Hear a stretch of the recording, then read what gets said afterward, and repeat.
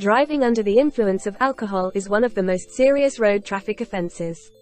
Not only can a drunk or drug-impaired motorist injure himself or herself, but he or she also risks taking the lives of innocent people. Drunk driving is punishable by heavy fines, loss of driving license and even imprisonment.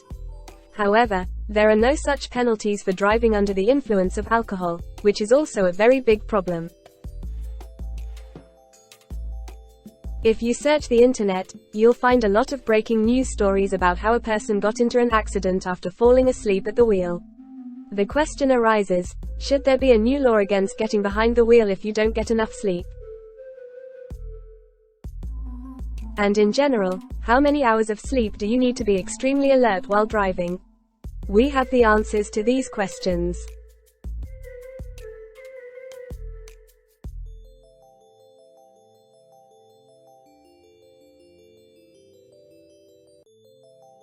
In most states, a first offense DUI or DWI is classified as a misdemeanor and punishable by no more than 6 months or a year in jail.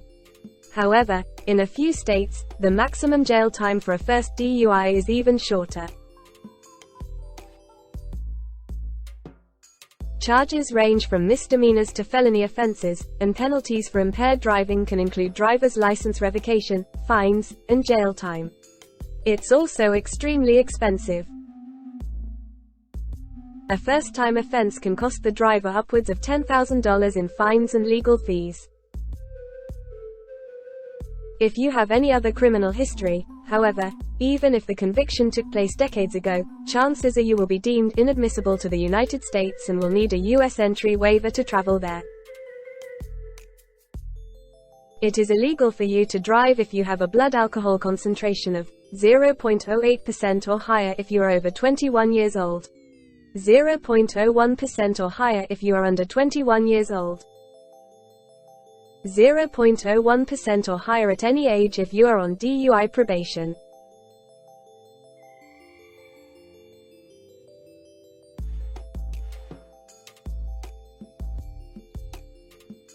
While intoxicated, a person can make risky decisions, speed, swerve into oncoming traffic and even fall asleep at the wheel.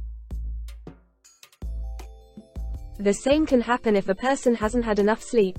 In a study of 61 studies, scientists have concluded that sleeping less than 4 to 5 hours can double the risk of a crash. With every hour without sleep, the likelihood of a crash increases. If a person hasn't slept at all, the risk figure increases by a factor of 15. From this we can conclude that sleepy driving is the same as drunk driving.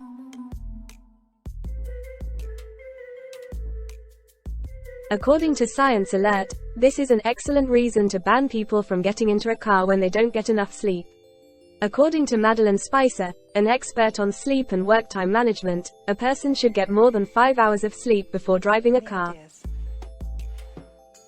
Otherwise, a trip may cause a tragedy, because a sleep-deprived person will either be inattentive or fall asleep at the wheel altogether.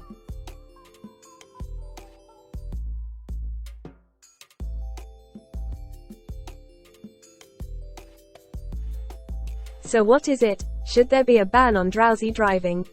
Ideally, yes, but it is extremely difficult to do.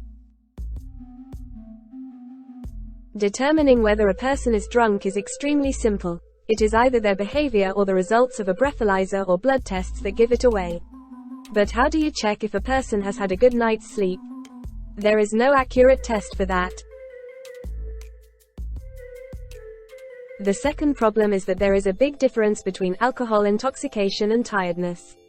If a person gets behind the wheel drunk, it's their fault because they might not have been drinking.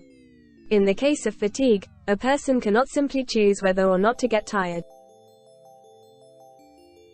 Sometimes a person is a multiple parent who has been prevented from sleeping all night.